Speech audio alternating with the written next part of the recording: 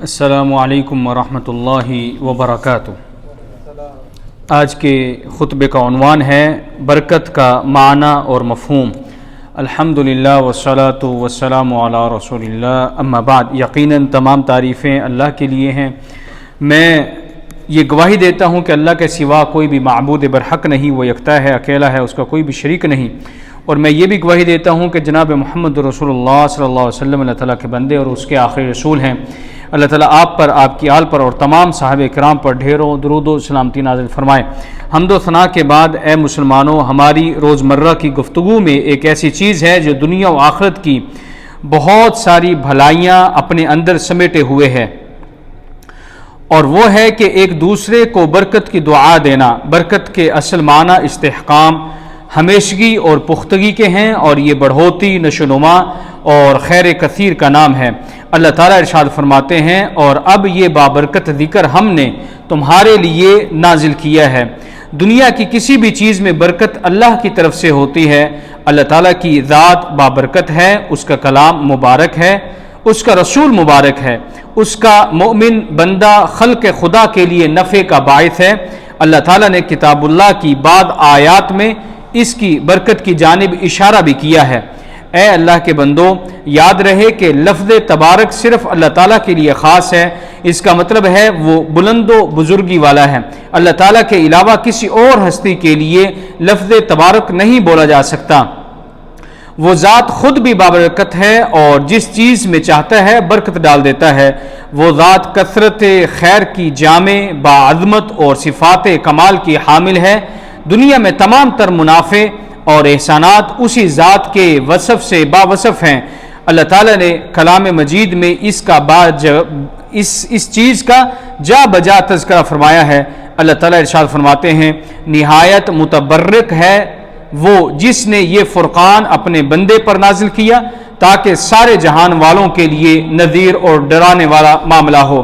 اسی طرح ایک اور مقام پر ارشاد فرمایا کہ در حقیقت تمہارا رب اللہ ہی ہے جس نے آسمانوں اور زمین کو 6 دنوں میں پیدا کیا، پھر اپنے تخت سلطنت پر جلوہ فرما ہوا، جو رات کو دن پر ڈھانک دیتا ہے اور پھر دن کو رات کے پیچھے دوڑا دیتا ہے، جس نے سورج اور چاند اور تارے سب پیدا کیے ہیں، سب اسی کے فرمان کے تابع ہیں۔ خبردار رہو، اسی کی خلق ہے اور اسی کا امر ہے، وہ بڑا بابرکت ہے۔ اللہ سارے جہانوں کا مالک و پروردگار وہی ہے۔ اے اللہ کے بندو، برکت اللہ تعالیٰ کا ایک ایسا فضل ہے جو ایسی جگہ سے آتا ہے جہاں سے انسان کو وہم و گمان بھی نہیں ہوتا۔ ہر وہ امر جس میں بڑھوتری غیر محسوس طریقے سے ہو اسے مبارک کہا جاتا ہے، اور اس میں برکت ہوتی ہے۔ برکت اللہ تعالیٰ کی طرف سے ایک ایسا تحفہ ہے جو مادی اسباب سے ماورا ہوتا ہے۔ جب اللہ تعالیٰ کسی کی عمر میں برکت دیتا ہے تو اس کو اپنی اطاعت پر باقی رکھتا ہے، یا اس میں بہت سی بھلائیاں جمع کر دیتا ہے۔ جب اللہ تعالیٰ مال میں برکت دیتا ہے تو اس کو بڑھا دیتا ہے، اور صاحب مال کو توفیق دیتا ہے کہ وہ مال بھلائی اور اچھے کاموں میں خرچ کرتا ہے۔ جب اللہ تعالیٰ اولاد میں برکت دیتا ہے تو اولاد کو اللہ تعالیٰ ہدایت عطا کرتا ہے اور اس کو نیک و صالح بنا دیتا ہے، اور جب اللہ بیوی میں برکت دیتا ہے تو شوہر اس کے لیے باعث راحت بنا دیتا ہے۔ جب وہ اس کی طرف دیکھتا ہے تو خوش ہو جاتا ہے، اور ہر شوہر کی عدم موجودگی میں وہ اپنی عزت کی حفاظت بھی کرتی ہے۔ اے اللہ کے بندو، جب اللہ تعالیٰ کسی کے اعمال میں برکت ڈالتا ہے تو اس کے اعمال صالح اور اعمال خالص بن جاتے ہیں۔ تمام اعمال خالص اللہ کے لیے اور نبی صلی اللہ علیہ وسلم کی اطاعت میں ہو جاتے ہیں۔ اللہ تعالیٰ فرماتے ہیں، جب میں پیروی کیا جاتا ہوں تو میں خوش ہو جاتا ہوں، اور جب میں خوش ہوتا ہوں تو برکت دیتا ہوں، اور میری برکت کی کوئی حد نہیں ہے۔ سلف صالحین کی سیرت کا مطالعہ کیا جائے تو نزول برکت کی بہت ساری مثالیں اور حیران کن واقعات ملتے ہیں۔ حالانکہ وہ ہماری ہی طرح کے انسان تھے، لیکن اللہ تعالیٰ نے ان کے اعمال و عمروں میں بہت ساری برکت عطا فرمائی تھی۔ اے اللہ کے بندو، جہاں تک لوگوں کی زندگی میں برکت کی بات ہے تو ان کو تھوڑا سا رزق پورے دن کے لیے کافی ہوتا تھا۔ ایک گھر میں پورا خاندان رہ لیتا تھا۔ ایک شخص کا کھانا 2 لوگوں کو کفایت کر جاتا۔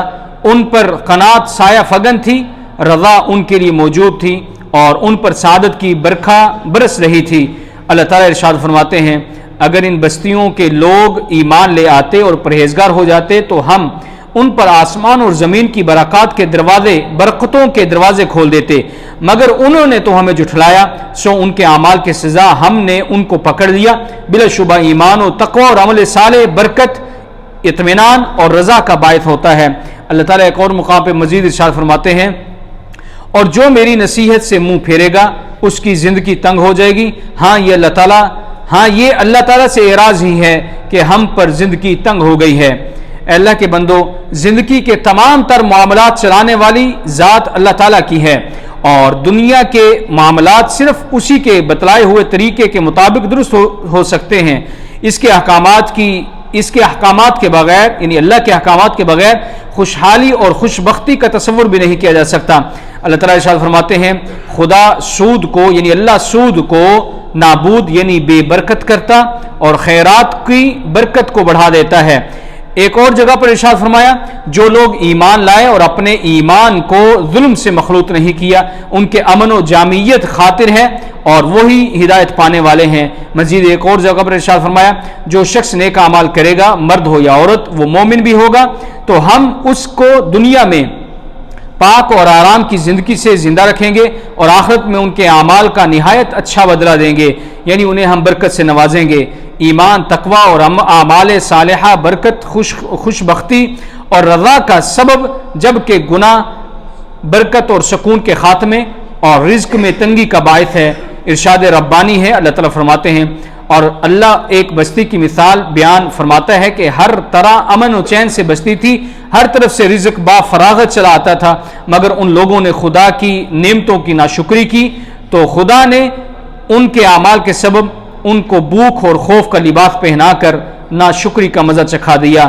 بھوک اور خوف ایسی چیزیں ہیں جو انسان کو انتہائی زیادہ پریشانی میں مبتلا کر دیتی ہیں۔ اللہ کی سنت افراد پر بھی اسی طرح جاری رہتی ہے جس طرح امتوں اور بستیوں پر جاری رہتی ہے۔ نبی کریم صلی اللہ علیہ وسلم نے ارشاد فرمایا کہ دو بے کرنے والوں کو اختیار ہے جب تک وہ جدا نہ ہوں، یعنی خرید و فروخت کرنے والوں کے پاس یہ اختیار موجود ہیں جب تک وہ اس مجلس کو نہ چھوڑیں، اگر تو وہ سچ بولیں اور اس چیز میں اگر عیب ہے تو بیان کر دیں تو ان کی بے میں برکت ڈال دی جاتی ہے، اور اگر وہ جھوٹ بولیں اور عیب چھپائیں تو ان کی خرید و فروخت سے برکت اٹھا لی جاتی ہے۔ ایک حدیث میں نبی کریم صلی اللہ علیہ وسلم نے برکت کو ختم کرنے والے، غربت اور تنگی بڑھانے والے کام بتلائے ہیں، جن میں فحاشی کا پھیلانا، کم تولنا، زکوٰۃ ادا نہ کرنا، وعدوں کی پاسداری نہ کرنا، امانت میں خیانت کرنا اور اللہ کی شریعت سے ہٹ کر فیصلے کرنا، یہ وہ اسباب ہیں جن سے اللہ تعالیٰ ہمارے اندر سے برکت کو اٹھا لیتا ہے۔ اے اللہ کے بندو، تقوی اور اللہ کا خوف اس کو لازم پکڑو، جس کے اثرات تمہارے جسموں میں نظر آنے چاہیے، تمہارے نفوس کو سکون حاصل ہوگا، تمہیں خوش بختی عطا ہوگی۔ اللہ تعالیٰ سے برکت کا سوال کرتے رہو اور اس کے اسباب کی تلاش میں بھی رہو۔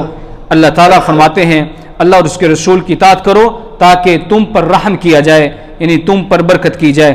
اللہ مجھے اور آپ سب کو کتاب و سنت کی برکتوں سے فائدہ حاصل کرنے کی توفیق عطا فرمائے، قرآنی آیات، نصیحت و حکمتوں کے ذریعے اللہ تعالیٰ ہمیں نفع پہنچائے۔ سبحان ربک رب العزت عما یصفون وسلام علی المرسلین والحمد للہ رب العالمین۔ استغفر